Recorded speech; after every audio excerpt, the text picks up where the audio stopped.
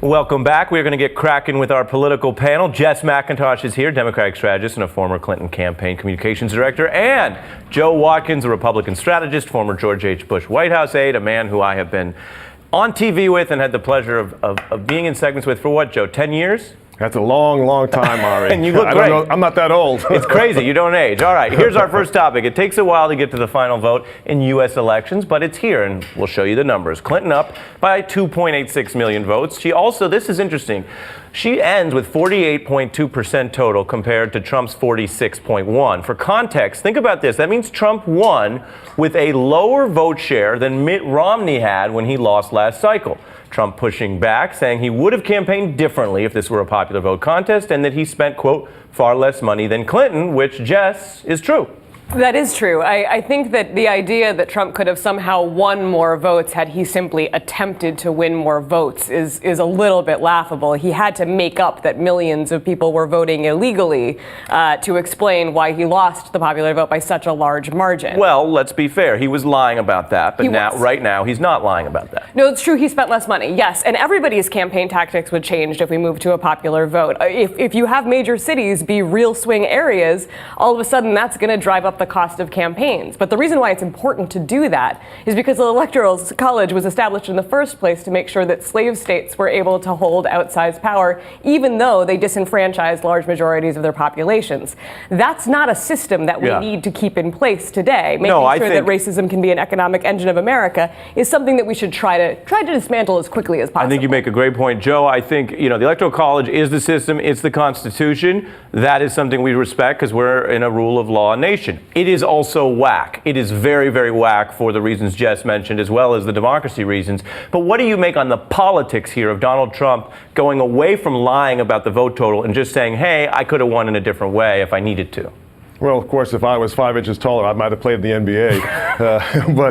But seriously, actually, whether you're a fan or not of Donald Trump, he really ran a very, very successful campaign. I mean, he was able to, without spending lots of money, to really energize his base and to get him out to vote. And he did it by using social media and also by using earned media. Earned media meaning free media, being the core of the news every single day that he was out there on the campaign trail, and it really helped him a great deal to galvanize support. And I was one of the people that thought that he was not going to win in the general election. I thought that he would not win the Electoral College, but his the enthusiasm of his supporters certainly couldn't be underestimated, because his voters showed up to vote on Election Day in Florida and North Carolina and Pennsylvania and lots of other places, Wisconsin, Michigan, in big numbers, and it really paid off for him. Well, Joe, I appreciate your candor there, because we talked to a lot of Republicans who did not expect him to win, and yet history is written by the victors. Trump's former campaign manager, Kellyanne Conway, is saying she was one of the few who saw this unexpected win coming in late October. Well, by about October 22nd, I knew he'd win, and I told him that. October 22nd. Absolutely, and I told him that. Now, Conway's account has not been confirmed by any other sources. That's newspeak for no one else has said this. 5 days later, we should know Trump's own team actually had dropped his estimated statistical chance of winning down to a measly 15%. What's she doing here, Joe? Well, I'm not sure what you do. I haven't had a chance to talk to Kellyanne Conway, but clearly all the polling data that I saw, and again, I wasn't really an insider in the campaign because I wasn't part of the campaign. I just was analyzing the campaign. All the polling data that I saw showed Hillary Clinton winning on Election Day. And I think a lot of Americans, like me, were surprised on Election Day when they saw Donald Trump win Florida and then North Carolina and Pennsylvania and Michigan and Wisconsin, all critical states for him to win the Electoral College. Which he ended up winning. So I was surprised as any. I'm glad that Kellyanne Conway had her finger on the pulse. Interestingly, I did talk to some of my friends at MSNBC who were on the campaign trail with Donald Trump, and most of them are Democrats, and they said they actually thought that there was a good chance that Donald Trump would win, given the enthusiasm of the crowds.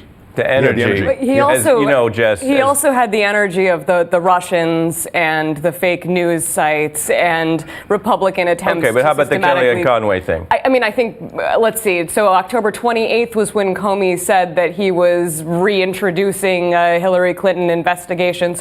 And that was immediately after the Access Hollywood tape with Donald Trump bragging about sex assault. Yeah. So I think if you knew something one way or the other on October 22nd, obviously that's not going to hold all the way through November 8th. I see. I think I misunderstood your point. You're basically saying that the sequence of events would not support necessarily not at all. her thinking that then. Absolutely Yeah. not. I mean, no Yeah. one wants to see, and I felt pretty good about our chances. No one wants to see a race get thrown into upheaval like that at the very end. But it certainly doesn't make for it to be plausible that a campaign manager would be feeling sure for weeks Right. and be the only one who knew. And finally, we talk so much about the voters, but American elections are full of the negative space in the painting, so to speak, the people who don't vote. 100 million eligible voters didn't turn out this year. Now, how do they feel about it?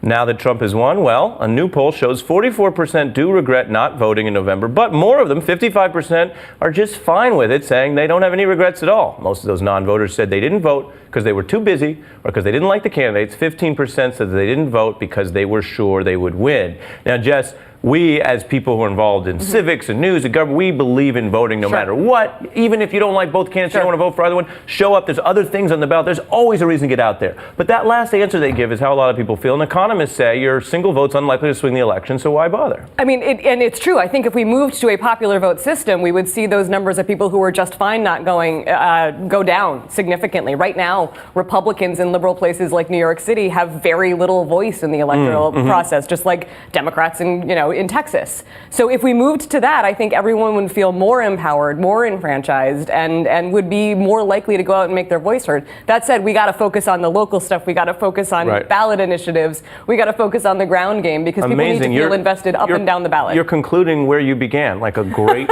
paper. Joe, final word to you. Final word, Americans, vote. Exercise your right to vote. So many people died and paid the ultimate price to make sure that every American would have the right to vote. I remember it as old as I am, what happened in the Deep South and Alabama and other places, the fight to get the right to vote. It's here. Please exercise your right to vote going forward. All right. Joe Watkins and Jess McIntosh, thank you both for joining me this evening. And if I don't see you, Merry Christmas to both of you. Thanks so much, Ari. Now, we all know Donald Trump likes to tweet, but how has technology changed this election, and what parallels are there from past races? They might surprise you. We've got a special guest next.